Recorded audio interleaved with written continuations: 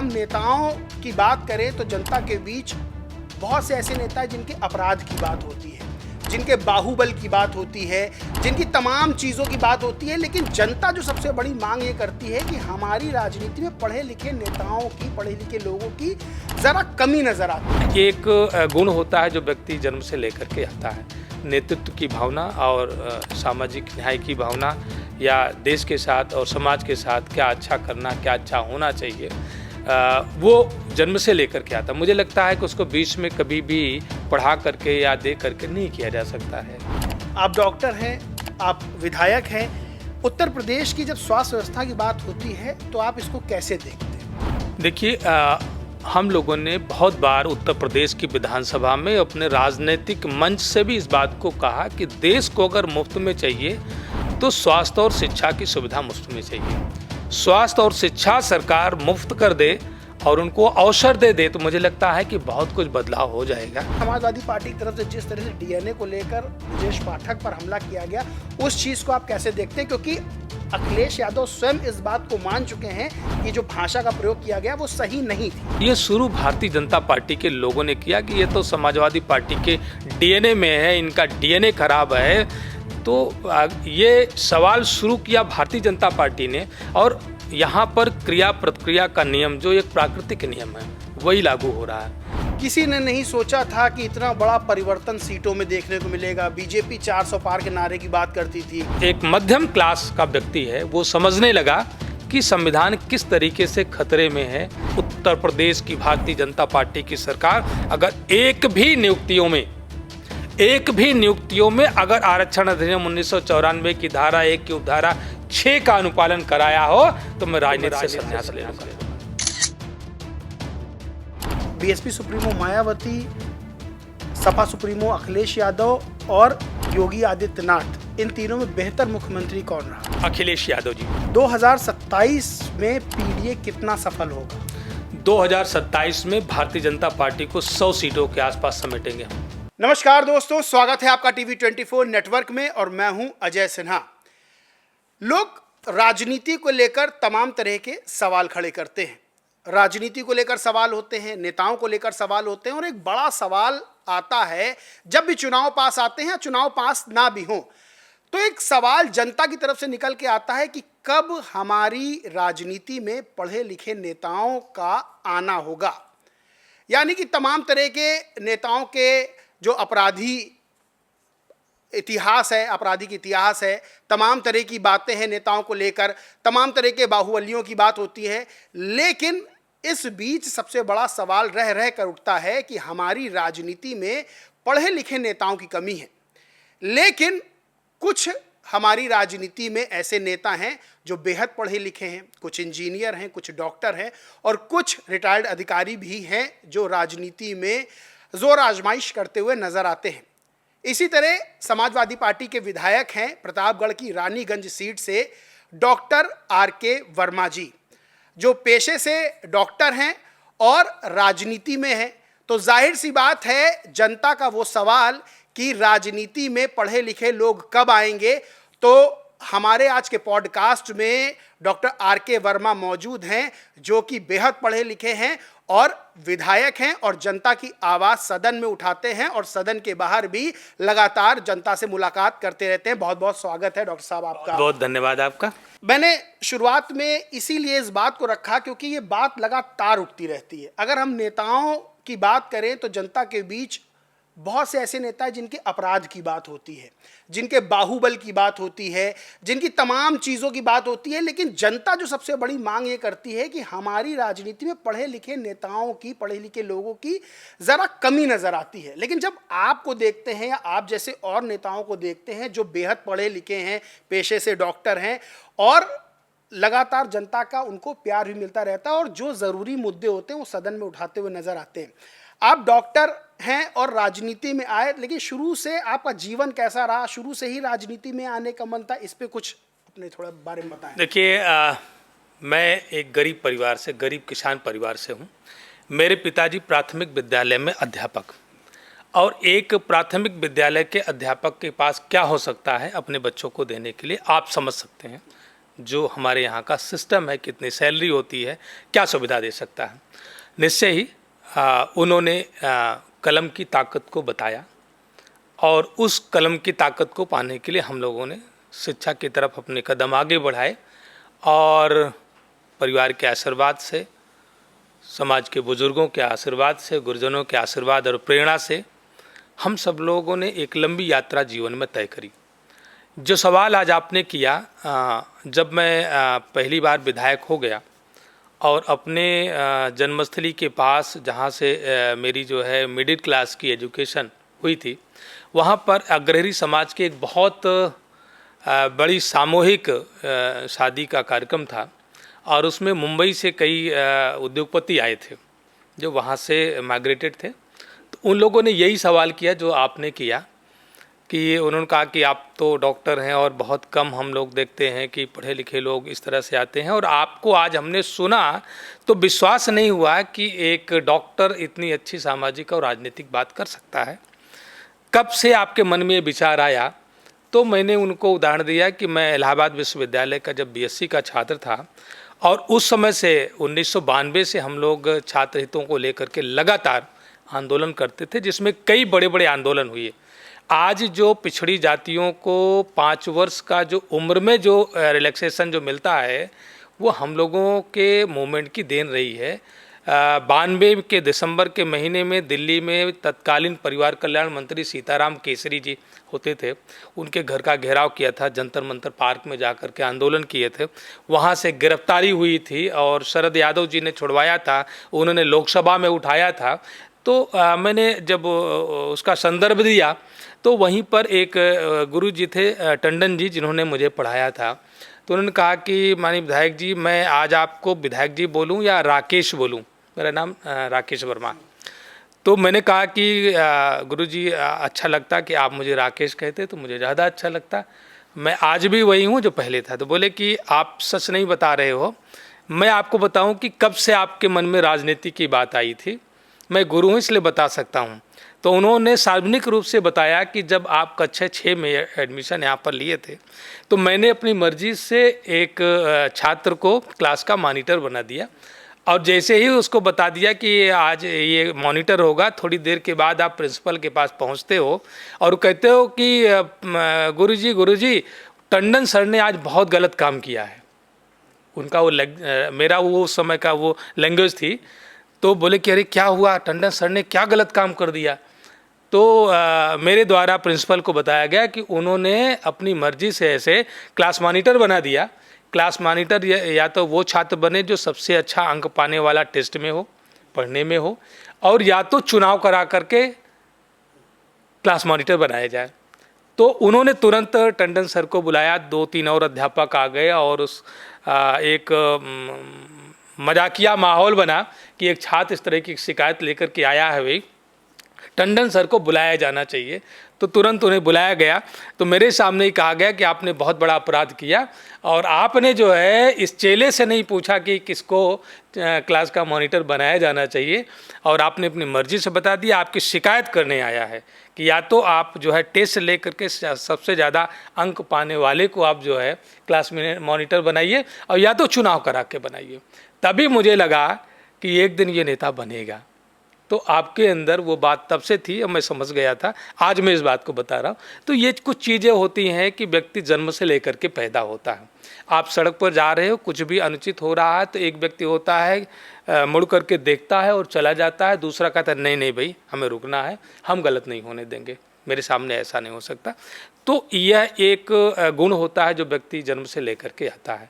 नेतृत्व की भावना और सामाजिक न्याय की भावना या देश के साथ और समाज के साथ क्या अच्छा करना, क्या अच्छा होना चाहिए, वो जन्म से लेकर के आता। मुझे लगता है कि उसको बीच में कभी भी पढ़ा करके या दे करके नहीं किया जा सकता है। तो मेरी शुरुआत विश्वविद्यालय से एक्टिव रूप से हुई। उसके बाद मैं अपना दल से जुड़ा था 1994 से ही, जब पार्टी की स्थापना हुई थी। डॉक्टर सोनीलाल पटेल जी के साथ मुझे काम करने का अवसर मिला था और उसके बाद उनके देहांत से पहले ही, हालांकि जब वो 2007 में 16वां विधानसभा प्रयागराज तत्कालीन इलाहाबाद का चुनाव लड़ रहे थे तो किन्हीं बात को लेकर के मेरी असहमति हुई और मैं पार्टी को हमेशा अच्छी मदद करता था। इकोनॉमिक भी वहाँ चुनाव में भी, चूँकि हमारा क्षेत्र था, वहीं पर मेरा अस्पताल था, तो मैंने उस समय फिर साथ छोड़ दिया था। और उसके बाद उनके दिवंगत हो जाने के बाद फिर मैंने राजनीति की शुरुआत जब एक्टिवली शुरू करी तो बहुजन समाज पार्टी में एक MLC डॉक्टर विजय प्रताप जी थे, वो मुझे जो है ले आए और बहन मायावती जी से मुलाकात कराई। और 2 बार होता है ऐसे, टिकट होता है फिर कट जाता है। तो मेरा 2009 का टिकट किसी तरीके से नहीं हुआ, तो ये कहा गया अच्छा आप प्रतापगढ़ लड़ोगे। पहले मैं फूलपुर मांग रहा था, तो बोले कि डरोगे तो नहीं, बहन मायावती जी का कहना था। तो मैंने कहा भाई हम किसान परिवार के लोग हैं, बड़ा मेहनत करके जो है आगे बढ़ते हैं, हम डरने वाले लोग नहीं हैं। तो फिर मैंने कहा चलिए ठीक है वहीं लड़ा दीजिएगा। अब फिर उन्होंने टिकट किया अगली बार, फिर मेरा टिकट काट दिया। फिर मुझे नाराज़गी हुई, मैंने छोड़ दिया। और टिकट क्यों कटता है आप सब जानते हैं। मैं वह व्यक्ति नहीं हूँ जो उन सब चीज़ों को बार बार लाने का काम करूं। टिकट, वहाँ टिकट का एक ही पैरामीटर था, आप सब जानते हैं।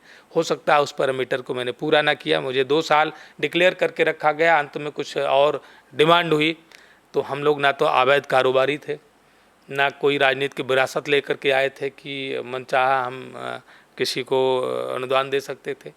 तो उन परिस्थितियों में मेरा टिकट कटा। फिर मैंने जो है विधानसभा का चुनाव लड़ा और बिना सिंबल के चुनाव में जनता ने स्नेह दे करके जिताया। और उसके बाद विधानसभा में आने के बाद फिर वो क्रम जारी रहा। आज तीसरी बार, नहीं उसके पहले, हाँ ये मेरा तीसरा टर्म है। मैं तीसरी बार अपने क्षेत्र की जनता, हालांकि ये मेरी रानीगंज विधानसभा से मुझे समाजवादी पार्टी से अंतिम में दिया गया था, तो मुझे 2 जनपदों का स्नेह बराबर मिलता है, चाहे वो प्रयागराज हो, चाहे प्रतापगढ़ हो, कोई भी विधानसभा हो। मेरी कोशिश रही है कि मैं सामाजिक संगठन के जरिए, जब मैं विधायक नहीं था तब भी, और अपने अस्पताल के जरिए भी लोगों की सेवाएं मैंने दिया है। और हर जगह मैं कहीं पहुंचता हूं तो लोग, मुझे जानने वाले मानने वाले लोग मिल जाते हैं कि मेरी आपने इतनी मदद करी थी, भले ही मेरे संज्ञान में ना रही हो। तो निश्चित रूप से जो राजनीति की शुरुआत हुई है वो बचपन से लेकर के यूं ही ऐसे रही। और मेरे मन में जब मैं इलाहाबाद विश्वविद्यालय का चुनाव लड़ना चाहता था तो उस समय इलाहाबाद विश्वविद्यालय के चुनाव में खर्चे बहुत होते थे। वो भी मैं आपको एक संदर्भ सुना दूं। आपने पूछा कि कैसे हुआ, तो उस समय खर्चे कहाँ से आ सकते थे। मैं उपाध्यक्ष का चुनाव लड़ना चाहता था और मैं गया एक इलाहाबाद के शहर में ही एक आदर्श हॉस्पिटल, डॉक्टर शार्दुल सिंह, पहली बार मेरे दोस्तों ने मुझे बहुत उकसाया। तो मुझे बुरा लगता था कि किसी कोचिंग सेंटर से जबरन दबाव दे करके पैसे मांगना या डॉक्टरों से, अस्पताल से पैसे मांगना, ये ठीक बात नहीं है। उनका नहीं है, ऐसा कुछ नहीं है, हम लोग जोर दबाव नहीं देंगे, हम लोग प्यार से मांगेंगे कि हम चुनाव लड़ना चाहते हैं और गरीब परिवार से हैं, लेकिन हमारे पास पैसा नहीं है, तो आप मदद करें, एक बार करना चाहिए। तो मैं अपने कुछ दोस्तों के साथ गया और डॉक्टर शार्दुल सिंह ने मुझे 5100 रुपया दिया। बोले कि जाओ बेटा, आप जैसे लोगों को लड़ना चाहिए चुनाव। फिर मैं आकर के उस पैसे को खर्च नहीं किया, सोचता रहा कि ऐसे में कितने लोगों से पैसा मांगूंगा और इस 5100 में तो काम चलने वाला नहीं है। क्योंकि विश्वविद्यालय के वहाँ पर जितने भी डिग्री कॉलेज रहे, CMP डिग्री कॉलेज में तो बड़ा महंगा चुनाव होता था, विश्वविद्यालय के चुनाव में तो मुझे लगा कि हम इतना पैसा कलेक्ट नहीं कर पाएंगे। तो 3-4 दिनों के बाद उन्हें वापस करने के लिए गया। मैंने कहा कि अब जब मैं पैसे कमाऊंगा तो चुनाव लड़ूंगा और इस पैसे को आप रख लीजिए। तो हंसने लगे, बोले बेटा तुम जाओ, हमने दे दिया तो तुम चाहे जैसे इस्तेमाल करो, लड़ना चाहते हो तो लड़ो या नहीं लड़ना चाहते हो तो मत लड़ो, लेकिन अपने जैसे लोगों की मदद ही कर देना। अब मुझे पैसे की ज़रूरत नहीं है, मैं तो पैसा कमाता हूँ। तो ऐसे लोगों ने मुझे मदद करी। वो चुनाव तो मैं नहीं लड़ा, लेकिन मेरे जीवन में था कि कभी मैं सक्षम होऊंगा तो मैं इस लोकतंत्र में चुनाव ज़रूर लड़ूंगा। और जब मैंने शुरुआत करी तो मेरे साथ के बहुत सारे मेडिकल अफसर जनपद प्रयागराज, तत्कालीन इलाहाबाद में थे, प्रतापगढ़ में थे।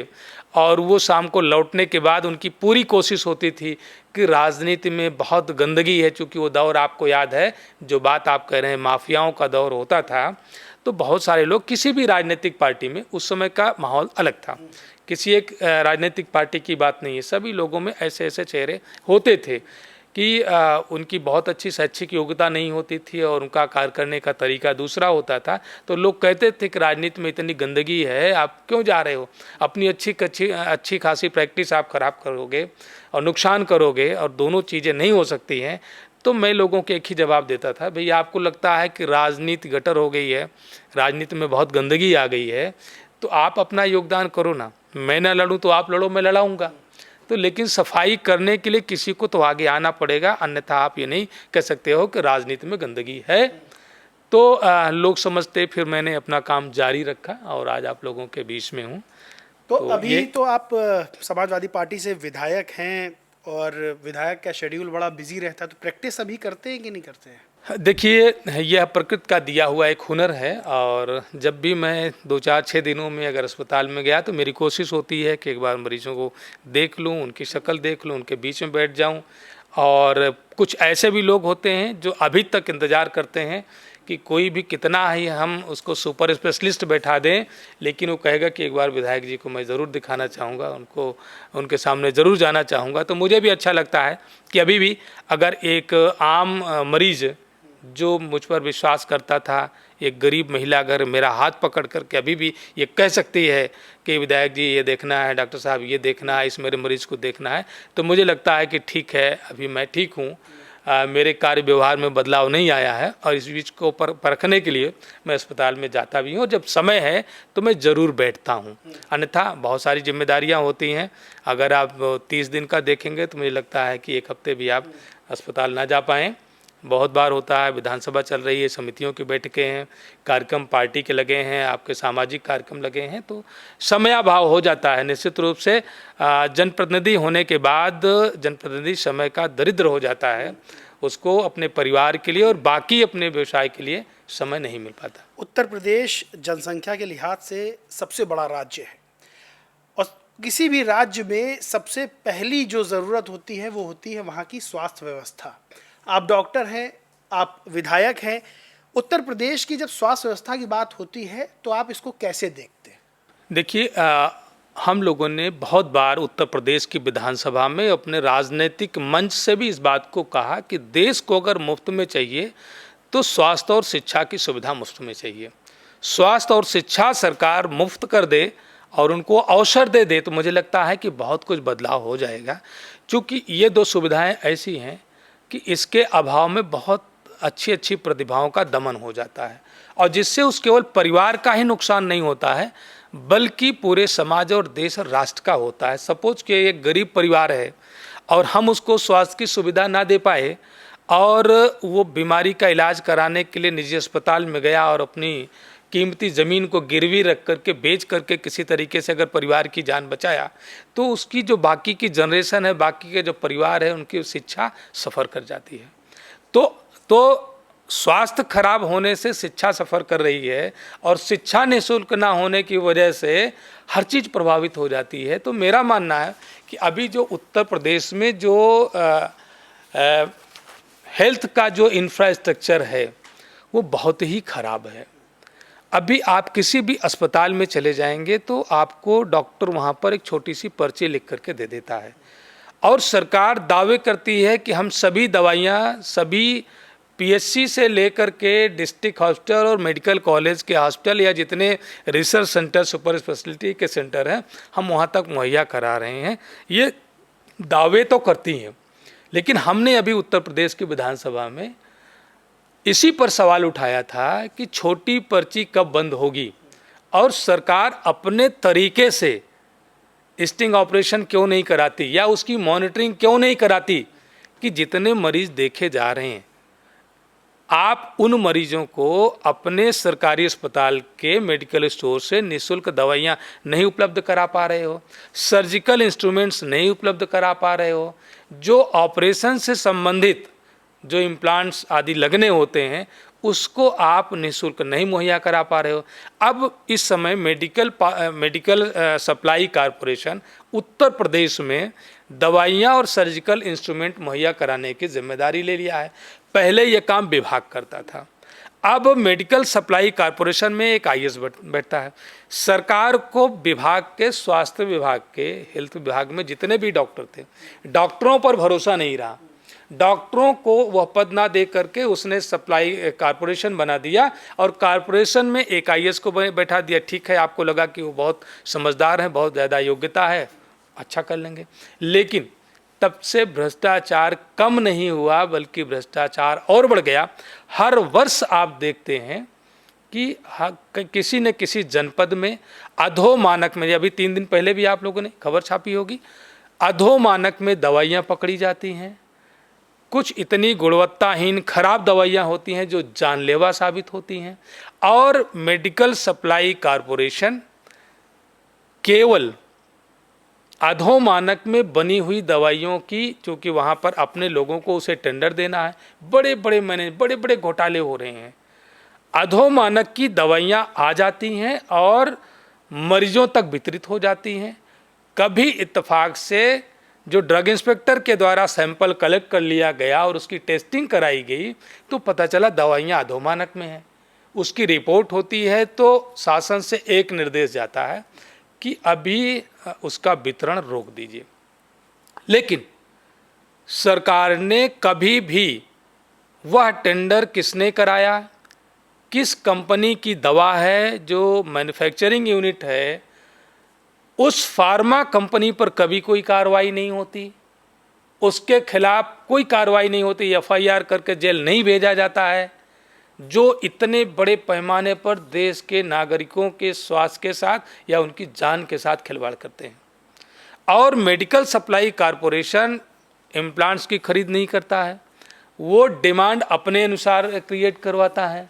जो दवाइयाँ जिस क्षेत्र में अलग अलग तरह की बीमारियाँ होती हैं, आप अगर पूरब में चले जाएंगे जहाँ पर बाढ़ प्रभावित क्षेत्र हैं वहाँ पर अलग तरह की बीमारी होगी, आप बुंदेलखंड में चले जाएंगे उधर अलग तरह की बीमारी होगी, क्योंकि खान पान, रहन सहन, आचार विचार, हर कोई चीज़ प्रभावित करती है बीमारी को और उसी की वजह से बीमारी का जन्म होता है। रहन सहन, खान पान, आचार विचार, ये सारी चीज़ें प्रभावित करती हैं और उसके अनुसार अलग अलग तरह का क्षेत्र होता है, उसके अनुसार अलग अलग तरह की बीमारियां होती हैं। लेकिन मेडिकल सप्लाई कारपोरेशन अपने अनुसार डिमांड क्रिएट करके वही दवाइयां भिजवाएगा, जिसकी वहाँ पर डिमांड भी नहीं है वो दवाइयाँ वहाँ पर जाएंगी। तो सवाल तो सरकार से यही बनता है कि हर एक मरीज को निःशुल्क दवा क्यों नहीं, दवा कैसे होगी। आप एक आंकड़ा ले लीजिए, अगर एक मेडिकल कॉलेज, जैसे मैं प्रयागराज का रहने वाला हूँ, प्रयागराज में मोतीलाल नेहरू मेडिकल कॉलेज है, वहाँ पर अगर 600 बेड हैं तो 600 बेड में से 500 बेड तो हमेशा ऑक्युपाई रहते हैं, क्योंकि ज़्यादातर मेडिकल कॉलेज में बेड खाली नहीं रहते, प्रायः फुल रहते हैं। आप PGI में इमरजेंसी में कभी जाइए आपको बेड ही नहीं मिलेगा। और वहाँ पर नंबर ऑफ OPD कितनी होती है, 1000 से कई हज़ार OPD होती है। जितने नंबर ऑफ पेशेंट देखे जा रहे हैं, एवरेज आप ले लें, उनकी 200 से 500 रुपए की दवाई होती है, तो आप देख लें कि एक महीने में या एक वर्ष में कितने lakh patient number of OPD के हुए। और उसके एवरेज में अगर पर पेशेंट आप 500 रुपये, 200 रुपये, 300 रुपये की दवा भी अगर आप मुहैया कराना चाहते हैं तो आपको कितने बजट की ज़रूरत है। पर बेड पर जो पेशेंट वहाँ पर है, जो मेडिकल सर्विस ले रहा है, 500 अगर एवरेज में ले लेते हैं तो एक बेड पर अगर न्यूनतम 1000 है तो उसका खर्चा कितना होता है। और एक वर्ष का ले लें, जब आप दोनों की तुलना करेंगे कि सरकार के द्वारा जो बजट दिया जाता है वह डिमांड के सापेक्ष 20-30% होता है।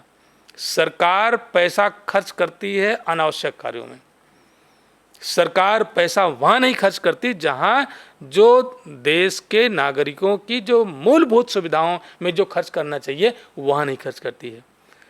स्कूलों का निजीकरण, जो प्राइवेट स्कूल हैं, यहाँ पर स्टूडेंट्स लगातार बढ़ते जा रहे हैं। जो हमारे सरकारी स्कूल हैं उनकी गुणवत्ता लगातार ख़राब होती जा रही है।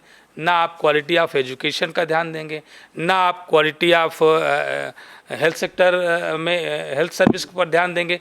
तो जो मूलभूत सुविधाएं जनता को जो मिलनी चाहिए, मेरा मानना है कि हेल्थ और एजुकेशन ये बेहतर होना चाहिए और सरकार के बजट का एक बड़ा हिस्सा हेल्थ और एजुकेशन में जाना चाहिए। लेकिन उसकी अपेक्षा कई गुना ज़्यादा, जैसे अभी आप देखेंगे कि इस समय जो भारतीय जनता पार्टी की सरकार है, उत्तर प्रदेश में खासतौर से देखेंगे तो सूचना विभाग को बहुत बड़ा बजट देती है, सूचना विभाग को बहुत बड़ा बजट देती है। और उसका उपयोग आमजन के लिए क्या है भाई? उसका उपयोग भाई आपको अगर अपनी नीतियों का प्रचार प्रसार करना है तो आप तो खुद ही कार्यक्रम लगाते हो। आपके हर पार्टी का वर्कर, नेता, विधायक, मंत्री, हर कोई जाकर के नीतियों पर ही तो बात करता है। तो नीतियों पर भी बात करेगा, उसके बाद बड़े बड़े चैनल को ऐड देने के लिए और उससे न जाने कितने तरह के पैसे मिसयूज कर किए जाते हैं। तो सरकार को जहाँ पैसा खर्च करना चाहिए वहाँ पैसा नहीं खर्च करती है, जहाँ नहीं करना चाहिए वहाँ पर पैसा खर्च करती है। अच्छा, स्वास्थ्य विभाग की या स्वास्थ्य महकमे की बात उत्तर प्रदेश की तो आपने बताया कि जहाँ पैसा इनको सही डायरेक्शन में खर्च करना चाहिए वो ना खर्च करके दूसरी जगह खर्च करते हैं। स्वास्थ्य मंत्री की बात पर आते हैं।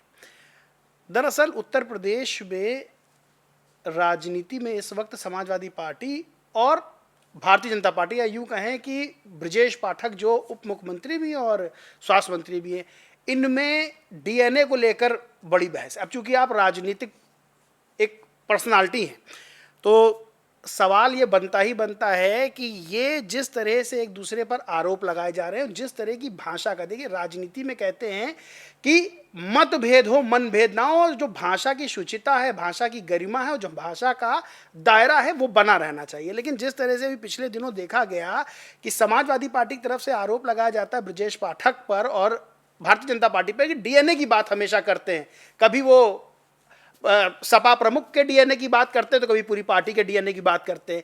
लेकिन समाजवादी पार्टी की तरफ से जिस तरह से डीएनए को लेकर ब्रजेश पाठक पर हमला किया गया, उस चीज़ को आप कैसे देखते हैं? क्योंकि अखिलेश यादव स्वयं इस बात को मान चुके हैं कि जो भाषा का प्रयोग किया गया वो सही नहीं थी। देखिए, मैं समझता हूं कि चूँकि मैं साइंस का छात्र रहा हूं और हमारे विज्ञान में डीएनए का मतलब है कि प्रोटीन का एक हिस्सा जो शरीर में आनुवंशिक गुणों को एक पीढ़ी से दूसरे पीढ़ी में ले जाता है और उसकी अभिव्यक्ति उस पीढ़ी में दिखती है। और इस बात को लेकर के पॉलिटिक्स में भारतीय जनता पार्टी ने जो शुरू की, तो पहले तो वह निंदनीय है कि आप डीएनए शब्द को गलत तरीके से समझा और पढ़ा, यहाँ पर उसको अप्लाई करना निश्चित रूप से आपकी ओछी मानसिकता का वो परिचायक है, क्योंकि वो सवाल जो है वो आपको दूसरी दिशा में ले जाता है। और ये शुरू भारतीय जनता पार्टी के लोगों ने किया कि ये तो समाजवादी पार्टी के डीएनए में है, इनका डीएनए खराब है।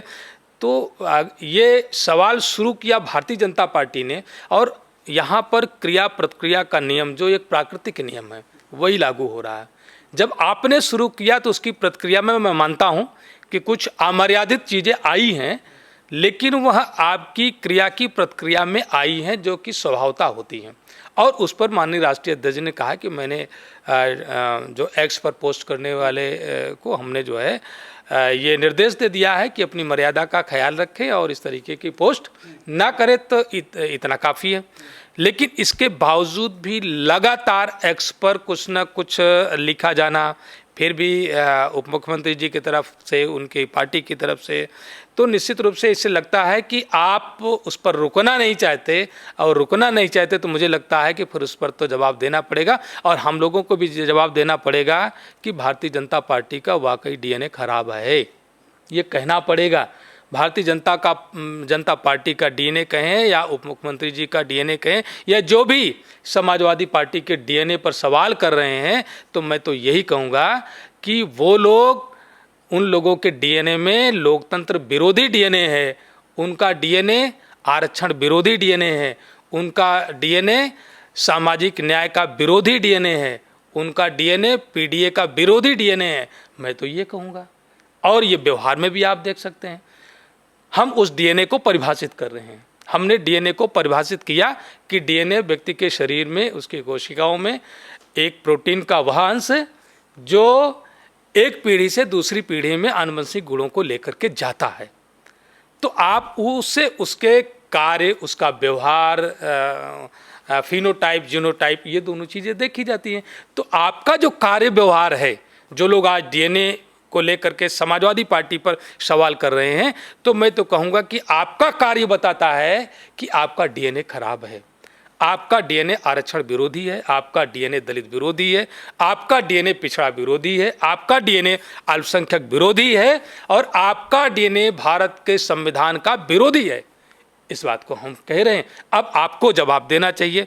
समाजवादी पार्टी के कार्यकर्ताओं के द्वारा, समर्थकों के द्वारा जो डीएनए पर आपसे सवाल किए जा रहे हैं, तो फिर उसको सवाल को जवाब आपको देना चाहिए। बेवजह की चीज़ों को चर्चा का विषय नहीं बनाना चाहिए। और भारतीय जनता पार्टी के पास जब जनता या जनहित से जुड़े हुए मुद्दे होते हैं और जब जवाबदेही का वक्त आता है, तो भारतीय जनता पार्टी की आदत ही है कि एक नया राग छेड़ दो जिससे पुराने सवाल उठना बंद हो जाएं। तो भारतीय जनता पार्टी इसी शातिराना अंदाज में डीएनए पर वार शुरू कराने का काम किया था। जब 2024 का चुनाव देखें, 2024 का चुनाव बड़ा दिलचस्प रहा। लोकसभा चुनाव, किसी ने नहीं सोचा था कि इतना बड़ा परिवर्तन सीटों में देखने को मिलेगा। बीजेपी 400 पार के नारे की बात करती थी, इधर समाजवादी पार्टी और कांग्रेस साथ मिलकर उत्तर प्रदेश में चुनाव लड़ रही थी और लगातार ये बात कही जा रही थी कि भारतीय जनता पार्टी संविधान बदलना चाहती है। जैसे कि अभी आपने कहा कि संविधान विरोधी है भारतीय जनता पार्टी, और असर भी इसका देखा कि समाजवादी पार्टी के कार्यकर्ता हों चाहे वो कांग्रेस के कार्यकर्ता हों, वो अंतिम पायदान तक अपनी बात ये पहुंचा गए। और जब रिजल्ट सामने आया तो सारे ओपिनियन पोल, एग्जिट पोल, सारे आंकड़े ध्वस्त कर दिए और 37 सीटें जीतकर समाजवादी पार्टी पूरे देश में तीसरी सबसे बड़ी पार्टी सांसदों की संख्या के हिसाब से निकल कर आती है और कांग्रेस भी 6 सीटें जीतती है। इस जीत को कैसे देखते हो? और इस जीत को लेकर और जो फॉर्मूला अपनाया गया था, जिसकी बात अखिलेश जी करते हैं, पीडीए के नारे की बात करते हैं, पिछड़ा, दलित, अल्पसंख्यक, जिसमें जब बात होती है कि अगड़े कहाँ, तो कहते हैं जो पीड़ित अगड़े हैं वो भी हमारे साथ हैं, पीड़ित पत्रकार हैं वो भी हमारे साथ हैं। यानी कि वो दायरा जो है, जो अखिलेश जी बता रहे हैं पीडीए का, वो 90% या उससे अबव जाता है। और बीजेपी की तरफ से अगर बात हो तो वो 80-20 का फॉर्मूला सामने आता है। तो इस चीज को लेकर ही आगे बढ़ रहे हैं। यानी कि लोकसभा चुनाव में जो जीत मिली, वो ही जीत लेकर आप 2027 के चुनाव के लिए आगे बढ़ रहे हैं। देखिए, अपने एजेंडे को बदलने का काम भारतीय जनता पार्टी करती है और सदैव करती चली आई है। 2022 के चुनाव में समाजवादी पार्टी ने अपना जो एजेंडा बनाया, चाहे वो संविधान बचाने का मुद्दा हो, लोकतंत्र बचाने का मुद्दा हो, सामाजिक न्याय का मुद्दा हो, आरक्षण का मुद्दा हो या अपराध का मुद्दा हो, हम अपने मुद्दे को नहीं बदलते हैं। हाँ, ये बात है कि 2022 में संविधान खतरे में है, हमने कहा, और उस समय लोग कम समझ पाए। 2024 का जब चुनाव आया तो वो चुनाव आते आते प्रदेश के बहुसंख्यक समाज ने ये बात को समझा। काफ़ी हद तक हम बीच की सीढ़ियों तक पहुंच गए कि जो एक मध्यम क्लास का व्यक्ति है वो समझने लगा कि संविधान किस तरीके से खतरे में है कि जब आरक्षण अधिनियम की अवहेलना की जा रही हो और संवैधानिक संस्थाओं के आदेश को कचरे के डब्बे में डालने का काम किया जा रहा हो और सारे नियम कानून को ताक पर रख कर के लेटरल एंट्री के माध्यम से बड़े पैमाने पर आईएएस बनाने का एक अभियान चल रहा हो, तो लोगों को बात ये समझ में आने लगी। आज उत्तर प्रदेश में 2017 से जब से भारतीय जनता पार्टी की सरकार बनी है, उत्तर प्रदेश लोक सेवा आरक्षण अधिनियम 1994 की धारा 1 की उपधारा 3 जो ये कहती है कि उत्तर प्रदेश के पिछड़े वर्ग के अभ्यर्थियों को 27% का आरक्षण, अनुसूचित जाति को 2%, 1% अनुसूचित जाति जनजाति को। उस आरक्षण अधिनियम की धारा 1 की उपधारा 6 जो ये कहती है कि कोई भी पिछड़े वर्ग का या अनुसूचित वर्ग का अभ्यर्थी अगर सामान्य मेरिट क्वालिफाई करता है तो उसे आरक्षित वर्ग में नहीं गिना जाएगा, वह सामान्य वर्ग में गिना जाएगा। लेकिन आज तक उत्तर प्रदेश की भारतीय जनता पार्टी की सरकार अगर एक भी नियुक्तियों में अगर आरक्षण अधिनियम 1994 की धारा 1 की उपधारा 6 का अनुपालन कराया हो तो मैं राजनीति से संन्यास ले लूँगा। नहीं कराया। और संकट वहाँ है कि अधिनियम 1 की धारा 3 में भी जो 27% आरक्षण मिलने की बात है, बहुत सारी ऐसी भर्तियां हुई हैं जहां पर 27% का भी आरक्षण नहीं मिला। प्रधानाचार्यों की भर्ती हुई, 10-12% का आरक्षण है। इस तरीके से न जाने कितनी ऐसी भर्तियां हैं जो भ्रष्टाचार की भेंट चढ़ी। 69,000 शिक्षक भर्ती के बच्चे, बताइए कितने वर्षों से लगातार आंदोलन कर रहे हैं।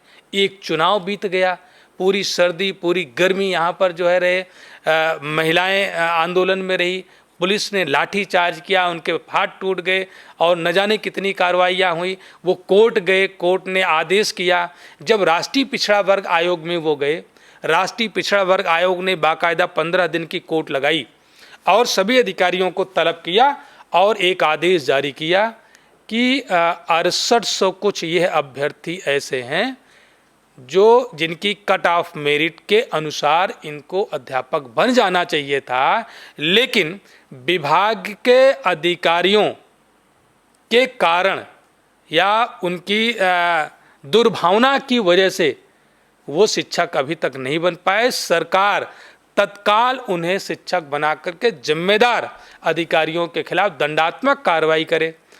उस आदेश को, ये पिछले सरकार में आदेश आया था, योगी जी की सरकार के पार्ट 1 में यह आदेश राष्ट्रीय पिछड़ा वर्ग आयोग का आया था और उसका कंप्लायंस उस समय भी नहीं हुआ। चुनाव हो गया, आश्वासन सरकार ने चुनाव में दिया कि हाँ कुछ गलतियां हैं, हम स्वीकार करके उन्हें नियुक्ति दे देंगे, लेकिन सरकार ने नहीं दिया। फिर उन लोगों ने इलाहाबाद हाई कोर्ट में याचिका डाली। इलाहाबाद हाई कोर्ट ने उनके पक्ष में फैसला दिया कि इनको अध्यापक बना दिया जाना चाहिए। उसके बाद सरकार ने दूसरे पक्ष को भेज करके सुप्रीम कोर्ट में भेज दिया। केवल सामाजिक न्याय ना हो सके, आरक्षण का अनुपालन ना हो सके, क्योंकि वो शुद्ध रूप से पिछड़ी जाति के अभ्यर्थी हैं, वो शिक्षक ना बन सके, इसलिए सरकार बिल्कुल अडिग है कि हम इनको अध्यापक नहीं बनने देंगे। और इसीलिए हम लोग कहते हैं कि इनके डीएनए में पिछड़ा विरोधी डीएनए है। अगर पिछड़ा विरोधी डीएनए नहीं होता तो ये ऐसे अभ्यर्थियों को आज अध्यापक बना चुके होते। अच्छा, आरक्षण की बात करें तो आप कहते हैं कि बीजेपी की सरकार आरक्षण विरोधी है। सामाजिक न्याय की बात करें, जातियों को उनका हक दिलाने की बात करें, एक बहुत बड़ा मुद्दा उत्तर प्रदेश में आता है। ये बहुत गंभीर मुद्दा है और ना सिर्फ इससे जो आरोप लग रहा है कि आरक्षण प्रभावित होगा, बल्कि जिस निजीकरण का विरोध भी हो रहा है। मैं बात कर रहा हूं बिजली विभाग के निजीकरण की। ये एक बहुत बड़ा मुद्दा है, लगातार इसका विरोध हो रहा है और इससे उत्तर प्रदेश का हर एक शख्स, क्योंकि सभी बिजली का प्रयोग करते हैं, हर एक शख्स प्रभावित हो सकता है। बात निजीकरण की है, इसको आप कैसे देखते हैं? क्योंकि आप भी इस पूरे मामले को लेकर सड़क से सदन तक ये मामला उठा चुके हैं, हाउस में भी आप इस चीज़ का विरोध कर चुके हैं और ना सिर्फ उपभोक्ता बल्कि जो बिजली कर्मचारी हैं वो भी इस जो फैसला है निजीकरण का उससे सीधे प्रभावित होते हुए नजर आ रहे हैं। तो इसको लेकर क्या देखते हैं और इसकी क्या रूपरेखा आप लोग तैयार कर रहे हैं इसके विरोध में? देखिए, बिजली का निजीकरण एक बहुत गंभीर विषय है और आज आपने समाचार पत्र में पढ़ा होगा, सुना होगा कि उत्तर प्रदेश पावर कॉरपोरेशन ने नियामक आयोग को 30% विद्युत दरों में बढ़ोतरी का एक प्रस्ताव नियामक आयोग को भेजा है और इसकी आशंका हम लोगों को बहुत पहले से थी। मेरे द्वारा उत्तर प्रदेश की विधानसभा में इस बात को कार्यस्थगन प्रस्ताव के जरिए भी उठाया गया और इस ओर इंगित किया गया कि आज उत्तर प्रदेश पावर कॉरपोरेशन जो इतने बड़े घाटे में चला गया, इसका जिम्मेदार कौन है, जवाबदेह कौन है? या तो सरकार ने पॉलिसी गलत बनाई या तो सरकार ने मॉनिटरिंग करने के लिए गलत लोगों के हाथों में जिम्मेदारियां दी, क्योंकि इससे अहित जनता का ही हो रहा है। आज सरकार का पूरा इंटेंशन ये है, उस घाटे को कम करने का कोई प्रयास सरकार ने नहीं किया। वो इसलिए नहीं किया, इसके पहले की पूर्ववर्ती सरकारों ने किया और इसलिए उनको लगा कि हाँ हमने कुछ सुधार कर लिया, इसको आने वाले वक्त में और रिकवरी करा करके सुधार कर लेंगे। जैसे एक बहाना सरकार बनाती है कि उत्तर प्रदेश में विद्युत उपभोक्ताओं की बड़े पैमाने पर देनदारी की वजह से घाटा बढ़ा है। तो अगर बिजनेस होगा तो देनदारी तो बने रहेगी, हमेशा बने रहेगी, ये तो कोई बहाना हुआ नहीं। हम कोई माल खरीद रहे हैं और उसका उपभोग कर रहे हैं तो स्वाभाविक सी बात है कि हम जितना माल का उपभोग कर चुके हैं उसको अगले महीने में हम बिजली का बिल चुका दे रहे हैं, फिर जो बिजली उपभोग कर रहे हैं उसको अगले महीने में ये देनदारियां तो बनी रहेंगी। ये बहाना सरकार इसलिए बना रही है कि सरकार की पूरी मंशा, जो सरकार के मित्र उद्योगपति हैं, जो कुछ घराने हैं, अडानी जैसे परिवार, जो कॉरपोरेट्स हैं, केवल जिस तरीके से पूरे देश की परिसंपत्तियों को उनके हाथों में देने का काम किया गया, उत्तर प्रदेश के बिजली विभाग का भी निजीकरण इसीलिए किया जा रहा है कि अपने उद्योगपतियों के हाथों में औने पौने दाम पर दे दें। कम कीमत पर सरकार उसको अपने उद्योगपति घरानों को देना चाहती है। और मैं सरकार से पूछता हूं, मेरी आपसे आग्रह है कि आप विधानसभा की कार्रवाई जरूर निकलवा लीजिएगा और इस आप पॉडकास्ट के साथ में अपने उस वीडियो को भी जरूर लगा लीजिएगा कि मैंने जब उत्तर प्रदेश के विधानसभा में मैंने ये सरकार से सवाल किया कि सरकार ने जिन अपने इंस्टीट्यूट के जरिए एक सक्षम और योग्य इंजीनियर को पैदा किए, जिन पर हमें नाज है कि हमने योग्य, क्योंकि हमारे यहाँ आईआईटी की कमी नहीं है, हमने योग्य इंजीनियर पैदा किए, हमें उन पर भरोसा नहीं रहा। जब जिम्मेदारी विभाग के इंजीनियरों पर थी तो कुछ घाटा हुआ तो आपने एक कॉरपोरेशन बनाया। कॉरपोरेशन बना करके उस कॉरपोरेशन को विभाग के हाथों में नहीं दिया, किसी इंजीनियर के हाथों में नहीं दिया। अब बिजली का काम कौन देखेगा? एक आईएएस देखेगा। कौन सा आईएएस देखेगा? हो सकता है वो इतिहास पढ़ करके आया हो, भूगोल पढ़ करके आया हो, या संस्कृत पढ़ करके आया हो, कोई भी विषय पढ़ करके आया हो। अब वो इंजीनियर का काम देखेगा। हुआ क्या परिणाम? और पावर कॉरपोरेशन और घाटे में गया, घाटा बढ़ता गया।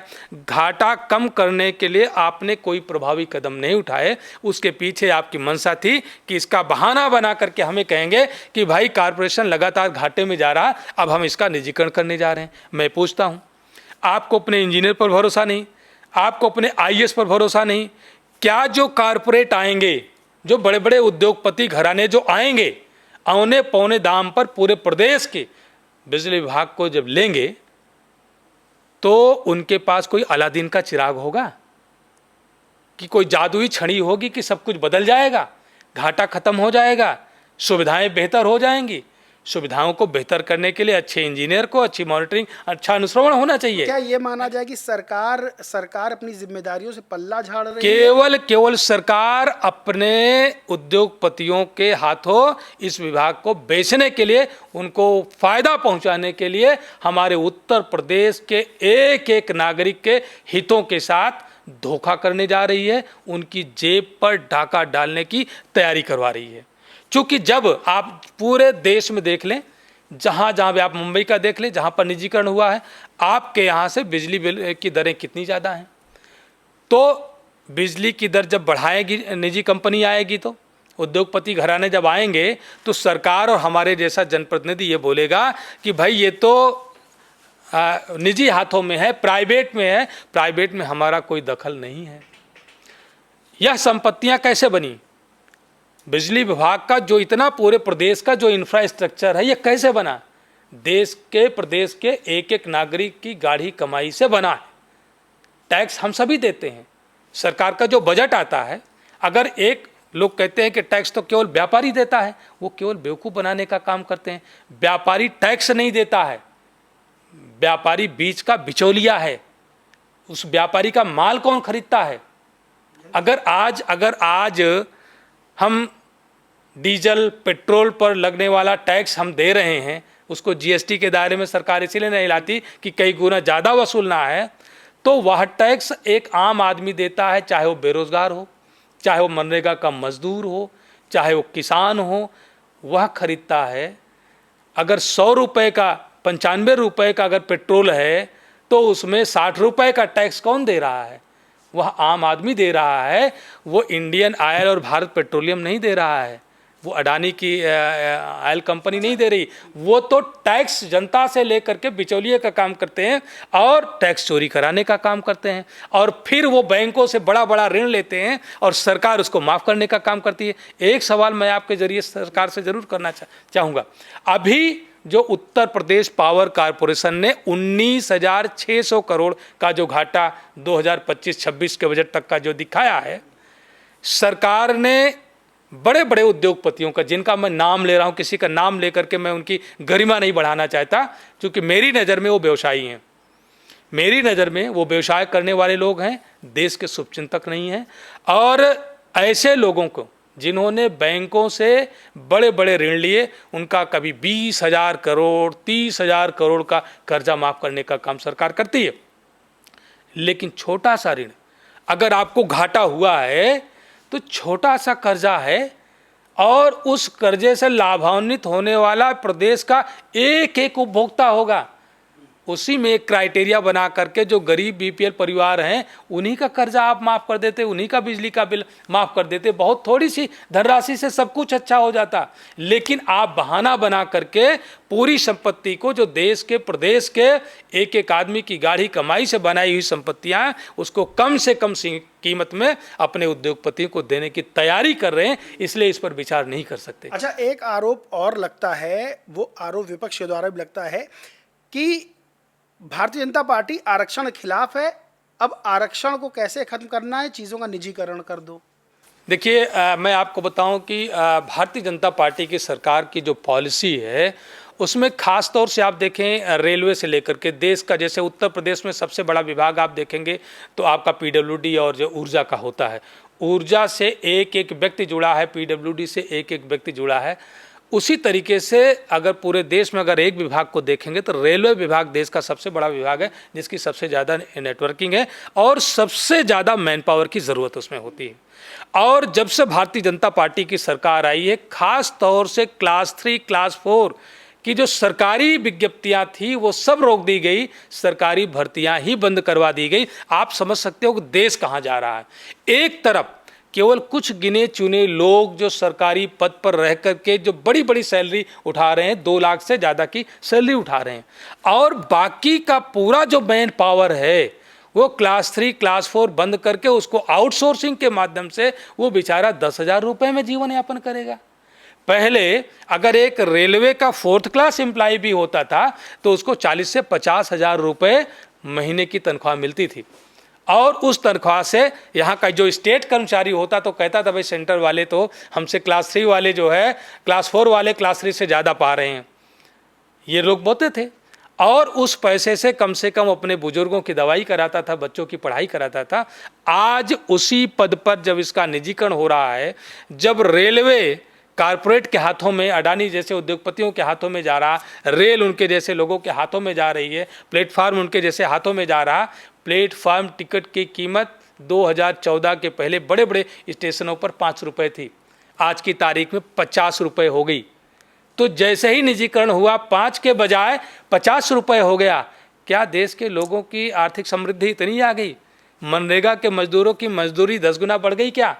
क्या किसानों का फसलों का न्यूनतम समर्थन मूल्य 10 गुना बढ़ गया क्या? सरहद पर तैनात रहने वाला जो देशभक्त हमारा जो सैनिक है उसकी तनख्वाह 10 गुना बढ़ गई क्या? या जो भी नौकरी कर्मचारी करने वाले कर्मचारी हैं, क्या इनकी तनख्वाह 10 गुना बढ़ गई क्या? नहीं। जो चीज़ें कारपोरेट के हाथों में चली जाएगी उसकी दरों में लगातार वृद्धि होगी। तो देश कहाँ जा रहा है? बड़े पैमाने पर एक ही विभाग में आप देखेंगे, जैसे मैंने रेलवे एक उदाहरण दिया कि वहाँ पर अब क्लास 4 क्लास 3 में इतने बड़े पैमाने पर जो सबसे ज़्यादा मैन पावर देता है, सबसे ज़्यादा कर्मचारी वहाँ पर नियुक्त होते हैं, अब वो आउटसोर्सिंग के माध्यम से 10,000 12,000 पर नौकरी करेंगे। या हम जैसे अभी उत्तर प्रदेश में निगम बनाने की बात हो रही है, अभी तक जितना भी आउटसोर्सिंग कंपनियां हैं वो किसी भी कर्मचारी को 10,000 से ज़्यादा नहीं दे रही। भले सरकार से उनका एग्रीमेंट 12-13 हज़ार पर होता हो, लेकिन मैं ये जानना चाहता हूँ, क्या उस 10,000 12,000 से काम करने वाला व्यक्ति अपने परिवार की जीविका चला पाएगा? अपने बच्चों को अच्छी शिक्षा दिला पाएगा? बुजुर्गों की दवाई करा पाएगा?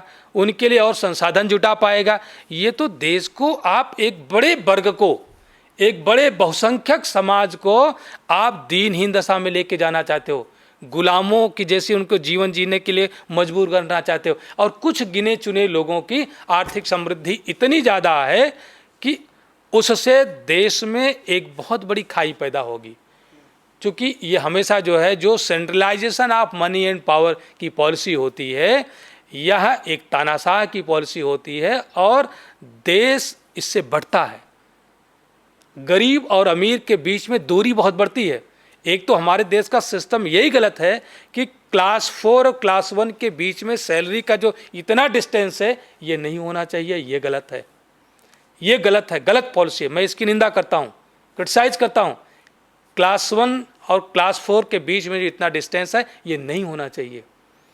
और अब वो भी छोड़ करके जब उसका निजीकरण के बाद जो आउटसोर्सिंग कंपनियों या संविदा के माध्यम से जो भर्तियां की जा रही हैं, आज खास तौर से मैं कहना चाहूँगा कि जो इस आउटसोर्सिंग की कंपनी में 10,000 12,000 रुपये में नौकरी करने कौन जाएगा? जो आर्थिक रूप से, सामाजिक रूप से बेहद कमज़ोर है। क्योंकि बहुत बार होता है, आप ये व्यवहार में आप देख सकते हैं कि सामाजिक रूप से अगर व्यक्ति समृद्ध है, भले ही वो आर्थिक रूप से कमज़ोर है, तो वो जाकर के क्लास 4 में कभी 10,000 पर नौकरी नहीं करता है। ये नौकरी कौन करता है? जो हमारा पीडीए है, जो पीड़ित है, जो पिछड़ा है, जो दलित है, जो अल्पसंख्यक है, ये जाकर के वहाँ पर 10,000 पर नौकरी अब कर रहा है। इसके भविष्य को खराब करने की, बर्बाद करने की योजना सरकार की है।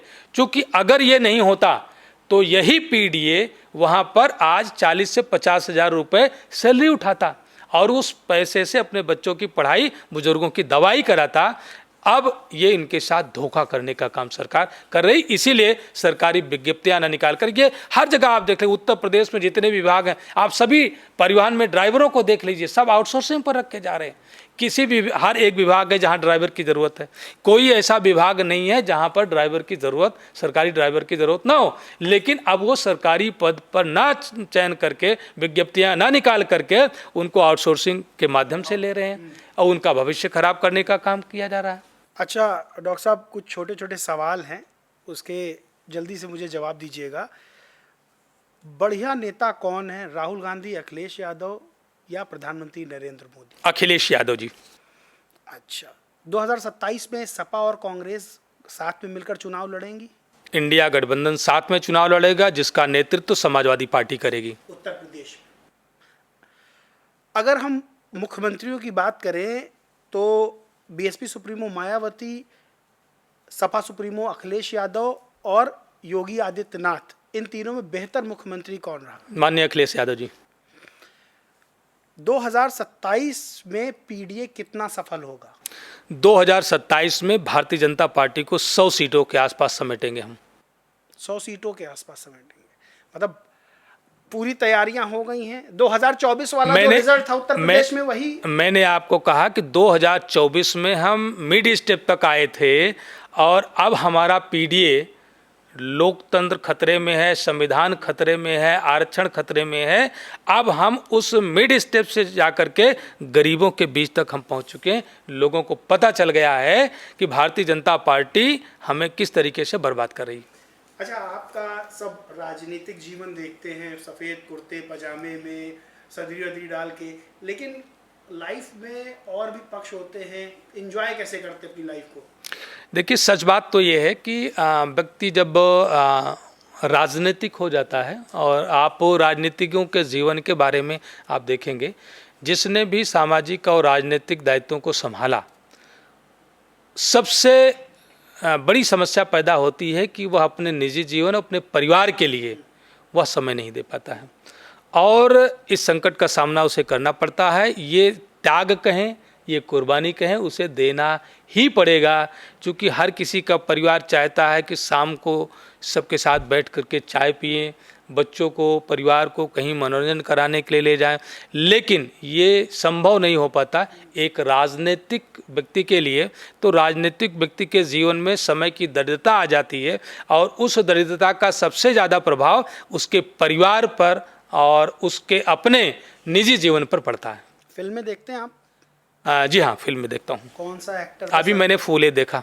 अच्छा, फूले की चर्चा अभी आए थे पॉडकास्ट में, सम्मानित नेता, तो उन्होंने भी फूले देखी और बताया बहुत अच्छी फिल्म है, बहुत अच्छा सामाजिक संदेश उससे निकल कर गया है। कौन सा एक्टर पसंद है?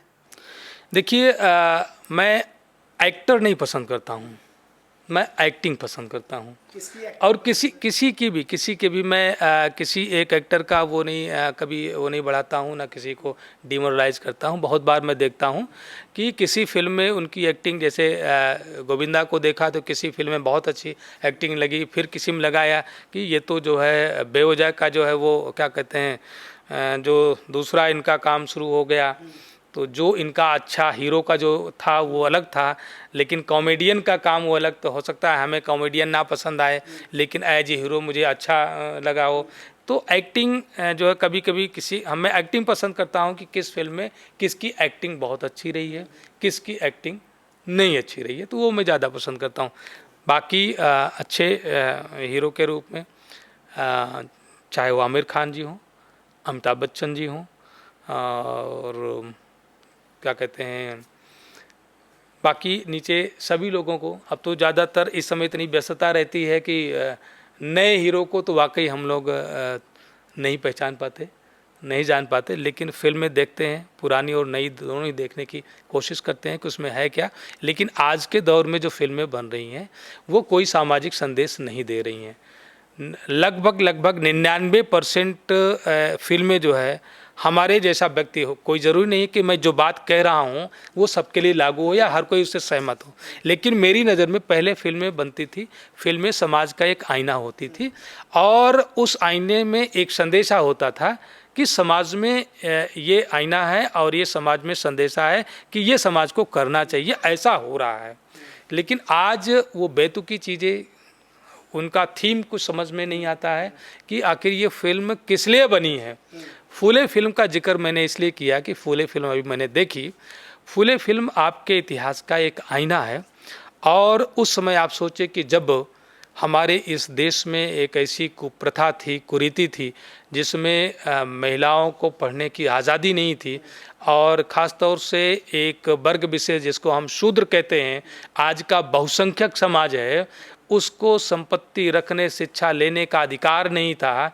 तो मतलब हम अपने ही देश में गुलामों से भी बदतर जीवन जीने को मजबूर थे, और आज की नई पीढ़ी कम से कम उस आईने को देख कर के एक संकल्प ले कि आज के हमारे जीवन में भले ही वो परिस्थितियाँ ना दिखती हो, वो आईना ना दिखता हो, लेकिन उसकी कुछ छाप ज़रूर होगी, और कहीं पर कोई अन्याय अत्याचार हो रहा है तो कम से कम महात्मा ज्योतिराव फूले और सावित्रीबाई फूले और फातिमा शेख बहन से कम ये सीख उनके कैरेक्टर से ये लेना चाहिए कि हमें भी लोगों के लिए लड़ने का एक जज्बा होना चाहिए, लोगों को न्याय दिलाने के लिए, लोगों को अधिकार दिलाने के लिए, और समाज में एक अच्छी भाईचारा और सामाजिक समरसता जिसे कहते हैं, जिसे हम अपने भाषा में समता, ममता, न्याय, बंधुत्व की भावना जो समाज में कैसे डेवलप हो सके और उसमें हम अपना योगदान क्या कर सकें, यह प्रेरणा हमें उस फिल्म को देखने से मिलती है। एक छोटा सा लास्ट जवाब है चाहेंगे। अखिलेश यादव जी की बात करें, युवाओं में बेहद लोकप्रिय हैं। जब वो सरकार में थे, मुख्यमंत्री थे, तो लैपटॉप दिए, आज भी बहुत से बच्चे लैपटॉप उनका दिया हुआ यूज़ कर रहे हैं, और उस लैपटॉप की बदौलत बहुत से बच्चों ने शिक्षा भी और आगे हासिल की, और बहुत से उसको अपने कमाई का ज़रिया भी उन्होंने बनाया। आपको अखिलेश यादव के अंदर दो ऐसी चीज़ें क्या अच्छी लगती है जिनसे आप प्रभावित हुए हैं? देखिए, एक तो वो एनर्जेटिक हैं, दूसरे विजनरी हैं। निश्चित रूप से वह वेल क्वालिफाइड पर्सन है, और उनका जो विज़न है, हो सकता है बहुत बार कुछ लोगों को नहीं समझ में आता, लेकिन उनका विज़न यूनिक है। और उसकी नज़ीरे भी आपने देखा कि एक आगरा एक्सप्रेसवे जब बनाया गया, आज तक क्या उत्तर प्रदेश में कोई दूसरा आगरा एक्सप्रेसवे जैसा एक्सप्रेसवे हम बना पाए क्या? ये विज़न की बात है, ये विज़न की बात है। हमने जिस तरीके से सिग्नेचर बिल्डिंग हमने बनाई पूरे पुलिस डिपार्टमेंट के लिए, आज जो आपके बीच में है, क्या उस तरीके से आज सरकार ने कोई बिल्डिंग बना पाई क्या? तारीफ की थी, आए थे, आज तक पुलिस हेडक्वार्टर की कोई कल्पना नहीं कर सकता। आज एक बिल्डिंग की नज़ीर दे दीजिए कि जो पीएचक्यू हमारी समाजवादी पार्टी की सरकार में माननीय मुख्यमंत्री अखिलेश यादव जी के विज़न से जो बनाई गई, आज उत्तर प्रदेश में क्या दूसरी बिल्डिंग कभी बनाई गई? नहीं बनाई गई। जिस लोक भवन में माननीय मुख्यमंत्री जी योगी आदित्यनाथ जी जो बैठते हैं, कभी वैसे भी एक दूसरी भी बिल्डिंग बना लेते, कभी नहीं बनाई गई। तो निश्चित रूप से उनका विजनरी होना, एनर्जेटिक होना, ये हमारे लिए सौभाग्य की बात है और यही उनकी सबसे बड़ी ताकत है। जो लोकप्रियता के रूप में आप देखते हैं कि अगर उनका प्रोटोकॉल आप कुछ ही घंटों में किसी भी जनपद के लिए जारी करवा दिए, उसके बाद उनके समर्थकों की उमड़ी हुई भीड़ से आपको अंदाज़ा लग जाएगा कि ठीक उसी समय के लिए किसी जनपद में माननीय प्रधानमंत्री जी, माननीय मुख्यमंत्री जी का कार्यक्रम जारी करवा दीजिए। उसके बाद देखिए कि वहाँ पर बस से कहीं स्वयं सहायता समूह की महिलाओं को ढोना पड़ेगा, तो कहीं विद्यालय के छात्रों को ले जाना पड़ेगा, तो कहीं जो है आंगनवाड़ी और आशा कार्यकर्तियों को ले जाना पड़ता है। तो इससे आपको लगेगा कि लोकप्रियता के मामले में आदरणीय श्री अखिलेश यादव जी का कोई जवाब नहीं है। तो ये थे हमारे साथ समाजवादी पार्टी के विधायक डॉक्टर RK वर्मा जी, जिन्होंने तमाम मुद्दों पर बात की, चाहे वो उत्तर प्रदेश की राजनीति में DNA का मुद्दा छाया हो जिसको लेकर समाजवादी पार्टी और भारतीय जनता पार्टी एक दूसरे पर पलटवार कर रही हैं, चाहे वो बिजली विभाग के निजीकरण का मामला हो। ये मामला बहुत गंभीर है और इस मामले को लेकर तमाम तरह के सवाल खड़े होते हैं और तमाम तरह के विरोध प्रदर्शन भी होते रहते हैं। चाहे उत्तर प्रदेश की स्वास्थ्य व्यवस्था की बात कर ली जाए, जिसको लेकर विधायक जी ने बताया कि किस तरह से उत्तर प्रदेश की स्वास्थ्य व्यवस्था लचर है, उसको लेकर भी सवाल खड़े होते रहते हैं। वहीं उन्होंने बताया कि अखिलेश यादव क्यों समाजवादी पार्टी के नेताओं को और तमाम लोगों को इंस्पायर करते हैं, उनके अंदर क्या क्वालिटी है। साथ ही कुछ पहलू वो भी थे जो बतौर नेता के तौर पर नहीं, लेकिन बतौर एक आम जीवन जिस तरह से नेताओं का रहता है कि फैमिली को टाइम नहीं दे पाते हैं और पिक्चरें देखना भी, गाने सुनना भी सबको पसंद होता है। तो उन्होंने बताया कि पिक्चरें भी इनको जो सामाजिक संदेश देती हैं, जैसे फूले मूवी का जिक्र किया।